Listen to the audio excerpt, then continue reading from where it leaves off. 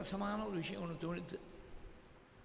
அகஸ்தியருடைய ஆசிரமத்தை சொல்கிற போது தேவர்கள், கந்தர்வர்கள், சித்தர்கள், ரிஷிகள் எல்லாரும் அகஸ்தியரை கொண்டாடுறாள்னு ஒரு ஸ்லோகம் இருக்குது.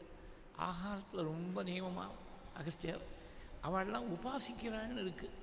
அத்ர தேவா சகந்தர்வாக சித்தாச்ச பரமர்ஷயா அகஸ்தியம் நியதாகாரம் சததம் பர்யுபாசதே நாத்ர ஜீவேன் மிருஷாவாதி ந க்ரூரோ ந வாஷடः நிஷம்சக்காமவருத்தோ வா முனிரேஷ ததாவிதः.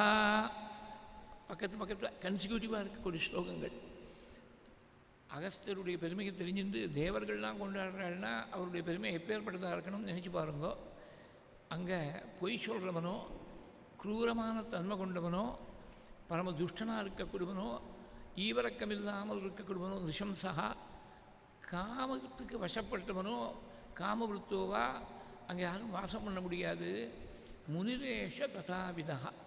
அந்த முனிவருடைய பெருமை அப்பேற்பட்ட பெருமை, அவருடைய தபஸு அப்பேற்பட்டது அப்படிங்கிற ஒரு எண்ணம், ஒரு ஃப்ளீட்டிங் தாட் மனசில்.